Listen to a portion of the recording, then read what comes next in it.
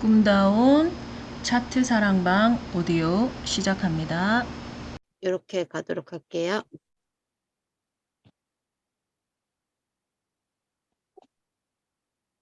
저부터인가요? 네, 읽어주세요.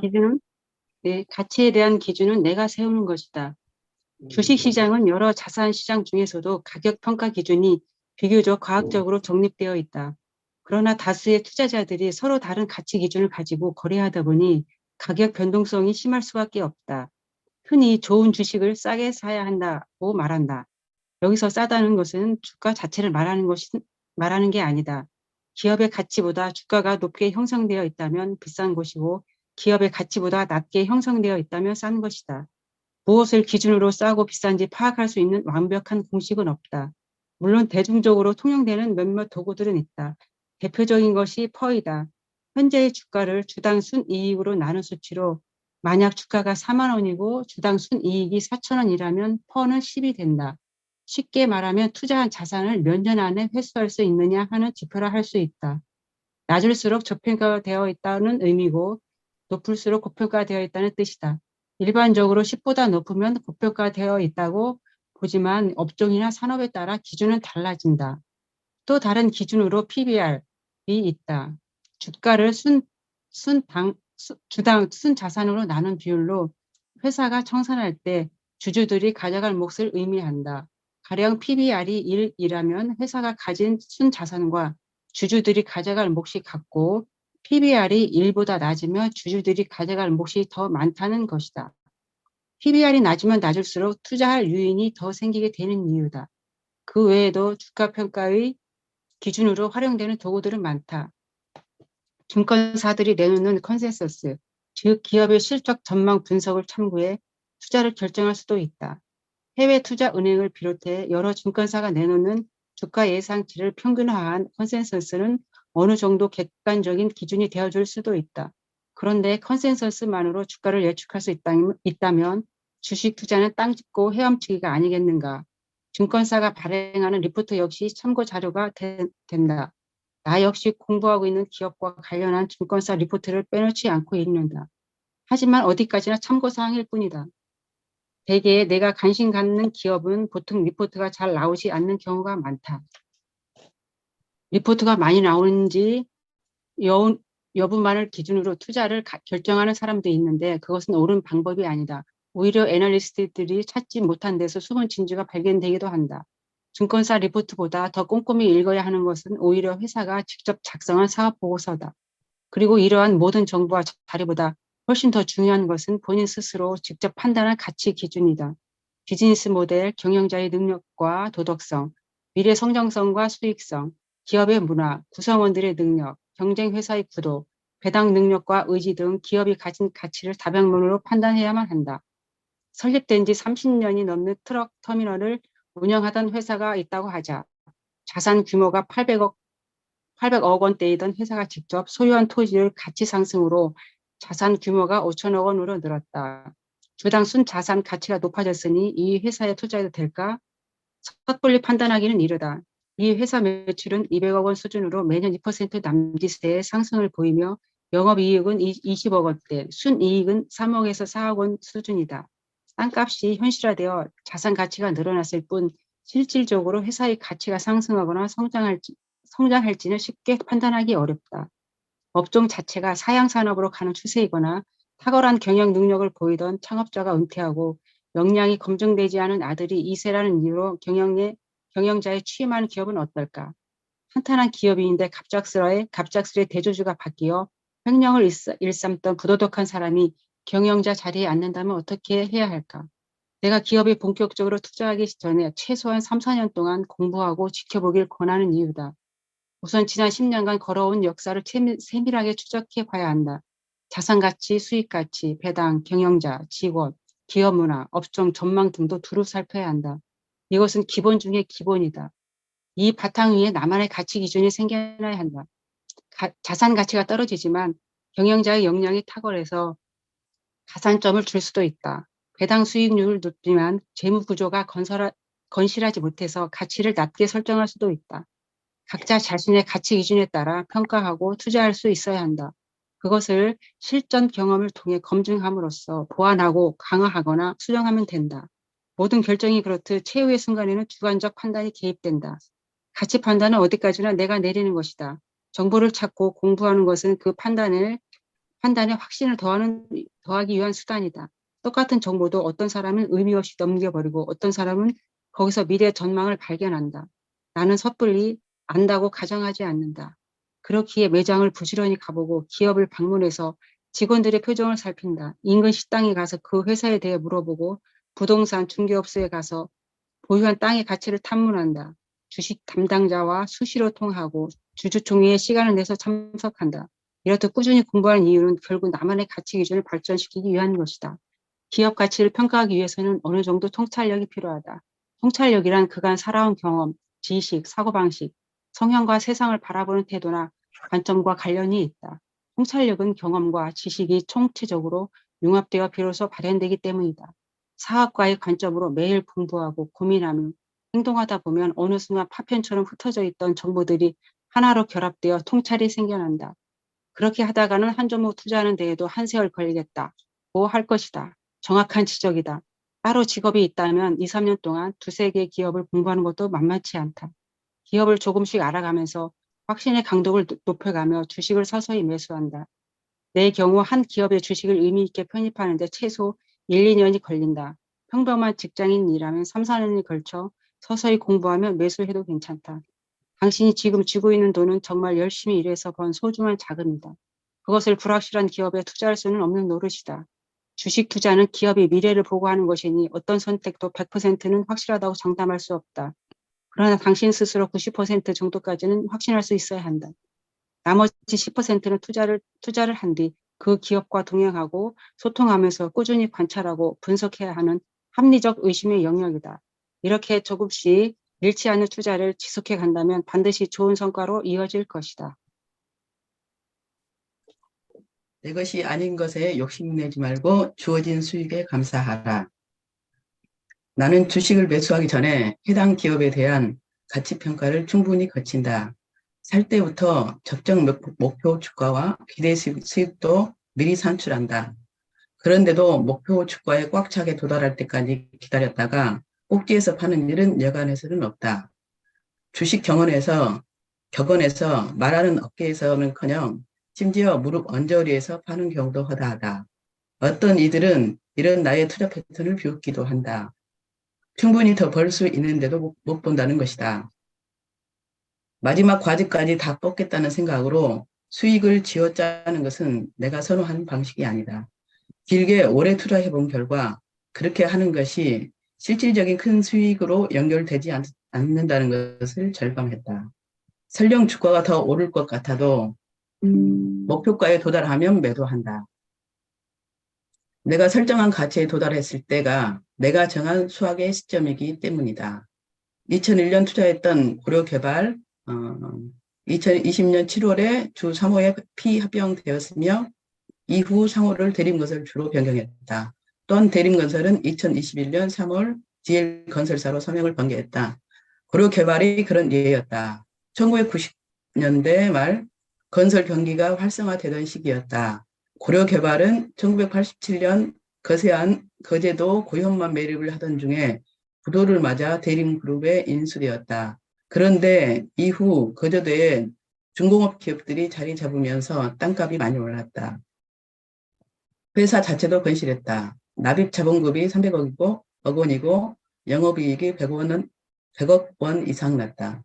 주가는 액면가 미친데도 배당을 500원 가량 줬다. 액면가 기준 배당 수익률이 10%, 시가 배당 수익률은 15에서 20%나 되었다. 용산 본사에 가서 소통을 해보니 회사가 매우 투명하게 경영되고 있음을 알 수 있었다. 부채도 거의 없고 안정적인 수익 창출이 가능하다는 확신이 들었다. 제조업으로 치면 재고자산에 해당하는 다량의 부동산을 보유한 데다 법정관리 과정에서 채권은행의 강도 높은 개입으로 구조 조정도 이루어진 상태라 재무 구조가 심플하고 건강했다. 직원들의 만족도도 높았다. 내가 생각한 고려 개발의 가치는 2만 원에서 2만 5천 원 선이었다. 2001년부터 주식을 매입하기 시작했다. 매수 가격은 3,200원에서 7,000원대였다.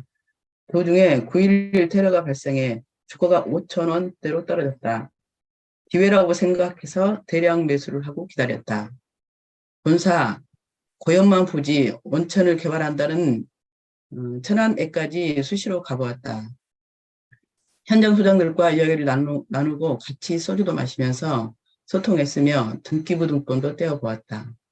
그러다 보니 어느 순간부터는 회사 사람들보다도 회사 사정을 뻔히 알게 되었다. 처음 계획할 때는 설정한 목표 가치는 2만 원이었지만 정작 수확은 1만 5천 원 무렵에 했다.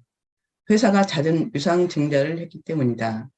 증자 후에는 매우 적극적으로 기업 설명회를 하고 기관 대상으로 세일을 하는 등 주가 부양을 위해 힘쓰는 모습이었다. 그에 부응하듯 주가도 꾸준히 올랐다. 하지만 내 농사 계획은 거기까지였다. 수확 시점이 오면 나눈다는 생각으로 매도를 하고 다른 투자처를 찾는다. 더 올라갈 것을 알았지만 과감히 팔았고 그 후론 미련을 두지 않았다. 오직 얻은 수익에 감사하는 마음만 가졌다. 애초에 기대한 수익에 도달해준 것에 감사하는 마음을 갖는 것이 더 중요하다. 내가 팔고 난 다음에 더 오르는 것은 내 몫이 아니다. 얻은 수익으로 또 다른 좋은 기업에 투자하면 된다. 이후에 고려개발 주가는 4만 원대까지 올라갔다. 더 많은 수익을 낼 수 있었으니 결과적으로 잘못 판단한 것일까? 지금 보면 그런 것도 같다. 하지만 다시 그때로 돌아간다 해도 나는 똑같은 선택을 했을 것이다. 나는 고려개발을 정리하면서 KCC 건설을 매수했다. 자기 자본 비중이 크고 매년 300억에서 400억 원씩 이익을 냈으며 배당 수익률도 높았다. 증자 전까지는 고려개발 쪽이 가치가 높다고 보았지만 이젠 KCC 건설 쪽의 가치가 더 높다고 판단됐다. 당시 내 판단이 그랬다. 고려개발은 내가 처음으로 투자한 건설주였고 그 회사를 공부하다가 KCC 건설도 발견했다. 처음으로 건설사 지분을 사들이면서 정말 열심히 탐구했다. 건설사가 어떻게 돌아가며 어떻게 해야만 이익이 나는지 많은 공부 끝에 알게 되었다. 그래서 KCC 건설에도 투자할 수 있게 된 것이다. 기업은 살아있는 생물과 같아서 변화하는 환경에 따라 진화하지 못하면 퇴화하고 만다. 그러므로 나는 사두고 무작정 묵혀두는 장기 투자를 권하지 않는다. 동행하는 동안 내가 설정한 가치까지 주가가 올라오면 그것으로 충분하다. 내가 설정한 판단 기준과 원칙에서 벗어난 수익은 나의 것이 아니다. 내가 아직 공부하지 않는 기업의 주가가 올라가는 것도 나의 몫이 아니다. 이렇게 생각하면 쓸데없이 감정을 소모하는 일은 없을 것이다. 이는 그 다음번 투자에도 분명 긍정적인 영향을 주게 되어 있다. 움직이는 것은 주가가 아니라 사람 마음이다. 주가는 항상 움직인다. 왜 움직일까? 많은 경우 거의 이유가 없다. 매일 기업 가치가 달라지는 것도 아니다. 또한 주식을 매도하지 않는 한 수익도 손실도 실현된 것이 아니다. 주가란 그저 매일의 출렁거림일 뿐이다. 그런데 이상하게도 우리의 마음은 주가를 따라 출렁인다. 주가가 올라가면 기분이 좋고 주가가 떨어지면 우울해진다. 주가가 올랐다는 이유로 기분 좋게 친구에게 술을 사거나 구매를 망설이던 물건을 사들인다. 주가가 떨어졌다는 이유로 세상이 끝나기라도 한 것처럼 한숨을 푹푹 내쉰다. 때로는 아무 이유 없이 주가는 오르내린다. 똑같은 주식이 어제 1.5% 올랐다가 오늘은 1.5% 내린다. 회사가 어제 영업을 잘했고 오늘은 제품을 1.5% 덜 판 것이 아니다. 특별한 호재도 없는데 한 달 동안 꾸준히 올라간 주가가 하루아침에 원상복구하기도 한다.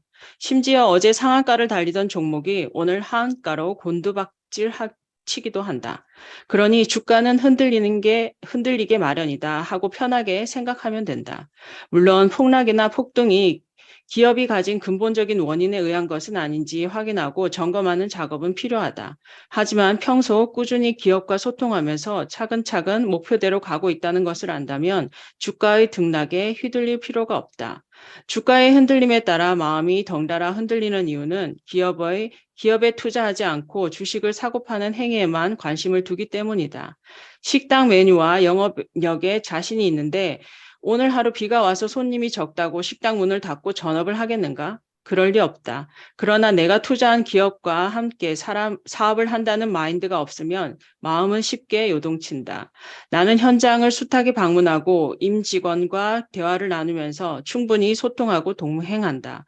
단번에 매수하는 경우가 없다 보니 원하는 만큼 매입하지 못했는데 주가가 너무 빨리 올라가 아쉬운 경우가 종종 있다. 반대로 아직 충분히 주식을 매수하지 못한 기업의 주가가 떨어지면 오히려 반갑다. 물론 충분히 투자되어 있는 상태에서 주가가 떨어지면 나도 기분이 좋을 리 없다. 나는 티를 내지 않는 것 같은데 아내는 미묘한 심경 변화를 눈치챌 수 있다고 한다. 하지만 그러한 감정의 변화는 금방 사그라든다. 주가가 흔들릴 때 마음을 잡지 못하면 부하내동, 내동매매, 남 따라 걸음지고 장애가는 투자 방식에서 벗어나기 힘들다. 흔들리는 마음을 다잡는 유일한 방법은 내가 투자한 기업을 더욱 잘 아는 것이다. 담대할 수 있는 금액으로 시작하라. 많은 전문가들이 조언하듯이 나 역시 절대 빚을 내서 투자하지 말라고 조언한다. 주식이 리스크를 동반하는 위험 자산이라서가 아니다. 주식 투자는 상당한 변동성을 동반하기 때문에 심리적 요인이 매우 중요하다. 여유 자금이 아닌 차입금이나 당장 써야 할 목돈이나 생활 자금으로 투자했을 때는 심리적 균형감을 유지하기 힘들다.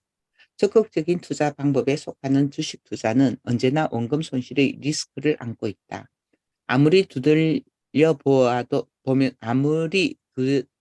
보면서 돌다리를 건너도 긴 사이클로는 반드시 성장할 기업이라 해도 어느 특정 기간에는 주가가 하락할 수 있다. 기업은 잘하고 있는데 대변수로 일시적으로 주가가 하락할 수도 있다. 때로 하락세나 행보세가 상당 기간 지속될 수 있다. 결국 체력이 있는 기업은 손실을 회복하고 다시 올라온다.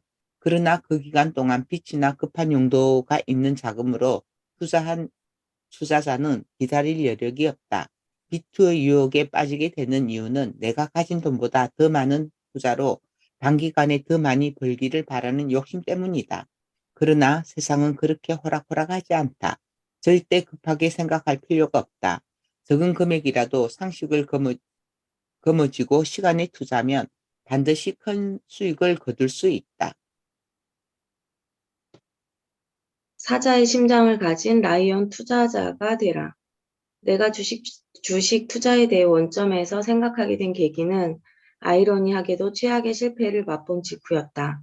IMF 외환위기를 맞아 고객의 깡통 계좌를 보존해주기 위해 분투하면서 나는 투자의 본질을 깨우쳤다. 위기는 예측할 수 없다. 물론 반복해서 겪다 보면 어느 정도 패턴에 익숙해진다. 그러나 점쟁이가 아닌 이상 앞으로 닥칠 변동의 크기와 위력을 짐작하기 어렵다. 위기를 통해 체득한 또 한 가지 진실은 위기는 반드시 극복되며 위기야말로 오히려 기회라는 점이다.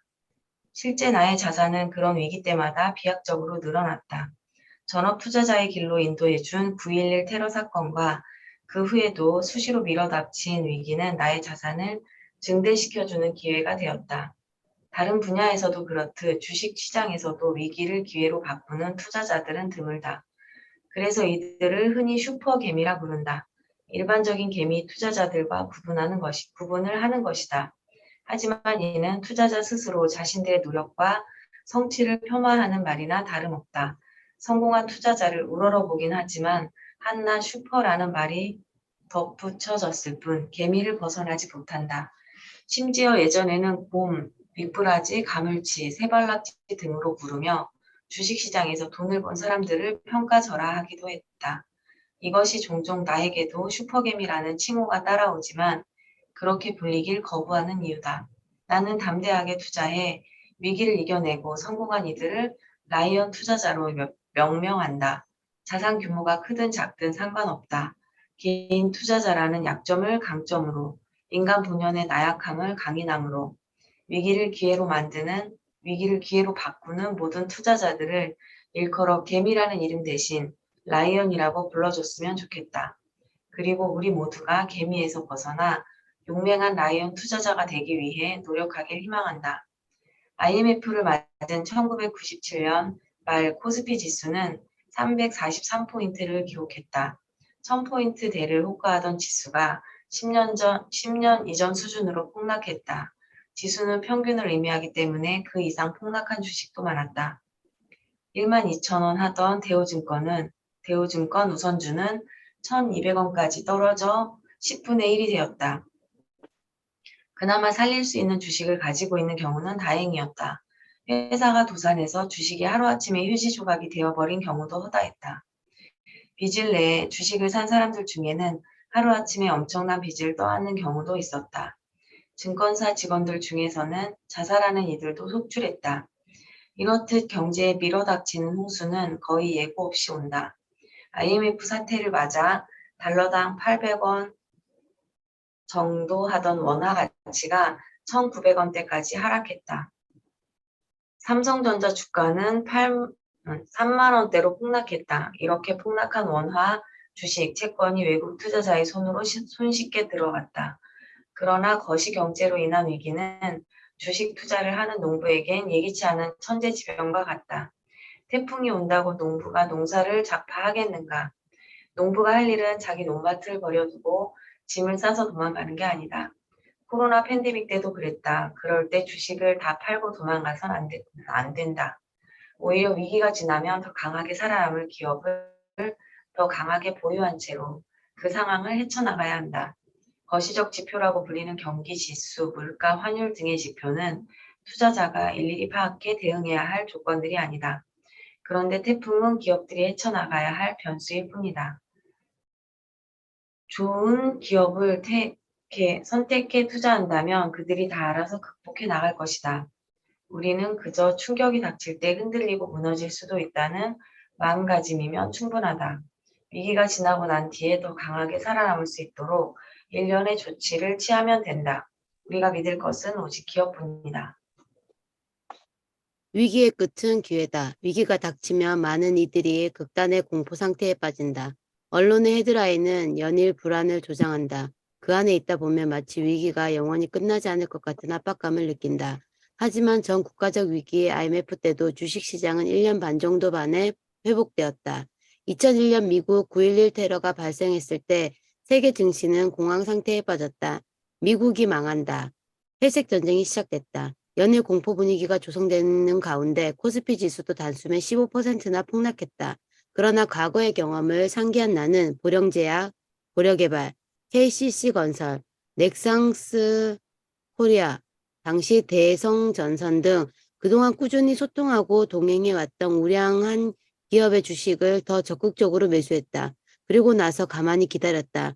주가의 단기적인 급락은 금세 회복되었고 6개월 정도가 지나자 주가는 오히려 이전보다 크게 올랐다.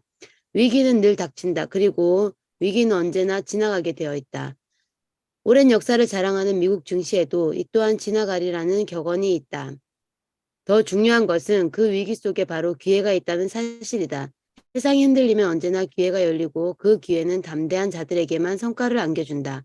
위기가 닥쳐서 주가가 폭락하면 많은 이들이 참지 못하고 주식을 매도한다. 더 싼 가격에 던지지 못해 안달이 난다.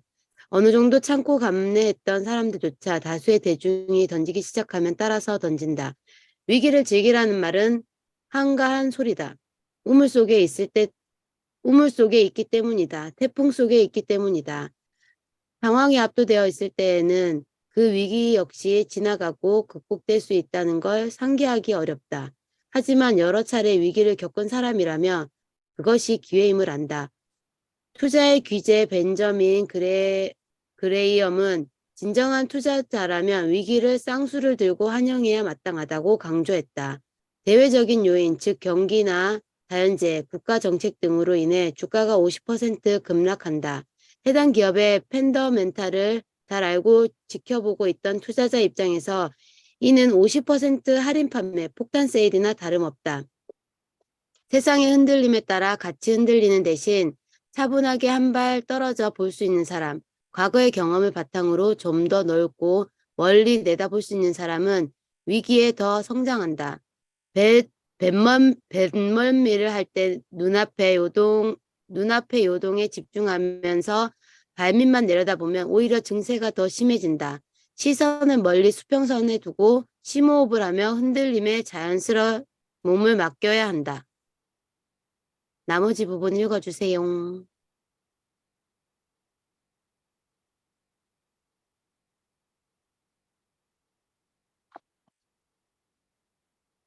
2008년 미국 말 글로벌 금융위기 때도 마찬가지였다. 전 세계 금융시장이 요동을 쳤다. 하루에 100포인트 이상 등락을 거듭하며 투자자들을 공포에 떨게 했다. 나 역시 타격을 피할 수는 없었다. 당시에 나는 배당이 많이 나오는 증권주나 우선주에 많이 투자하고 있었는데 금융위기라는 성격상 증권주가 일반 제조업 주식보다 더 많이 하락했다. 하지만 위기가 지나고 나면 1등 기업을 중심으로 큰 폭의 상승이 뒤를 이을 것이라 예상됐다. 손실을 감수하고 증권주와 우선주 일부를 매각하고 그 자금으로 각 업종별 1등 기업 매수에 나섰다. 그동안 공부하고 소통했으나 가격이 부담되어 많이 보유하지 못했던 우량주들을 매집하기 시작한 것이다. 시중에는 일시적 자금 경색에 시달리는 대주주 지분이나 대량 물량이 쏟아져 나오고 있었다. 당시 내가 이때 주주로 있었던 대동공업의 주가도 25,000원대이던 것이 13,000원까지 떨어졌다. 나는 그 기회를 활용해 지분을 16%까지 늘렸다. 현대차를 4만 원대, 삼천리 자전거와 첨좋은 레저는 3천에서 4천원대, 1등 농자회사 농우바이오를 3천원대에 매수할 수 있었다. 인터넷 보안업체 나우콤, 증권방송의 최강자, 한국경제TV, 진단시약 1위 업체 SD 등도 헐값에 사들일 수 있었다. 3년 정도가 흐르고 이들 기업의 주가는 적어도 3, 4배 올랐다. 위기야말로 내게는 자산을 비약적으로 증대시키는 계기가 되어준 것이다. 강한 폭풍이 불어닥치면 업계는 호된 구조조정을 거치게 된다. 그 결과 강한 1, 2등만이 살아남는다. 비단 위기에 국한된 얘기가 아니다. 경기가 좋아 공급이 과잉되고 우후죽순으로 경쟁 업체들이 난립할 때 업계는 과다 출혈 경쟁으로 인해 침체를 겪는다. 그런데 침체의 깊은 골을 지나는 동안 기업들의 진짜 실력이 드러난다. 공급 과잉으로 인한 가격 하락으로 불황이 이어지면 자연스레 구조조정이 이루어지고 강하지 못한 기업은 도태된다. 이렇듯 위기의 골짜기를 건넌 우량 기업은 이전보다 더 강한 체질을 갖게 되고 경쟁에서 이김으로써 독점적 지위를 구가하게 된다.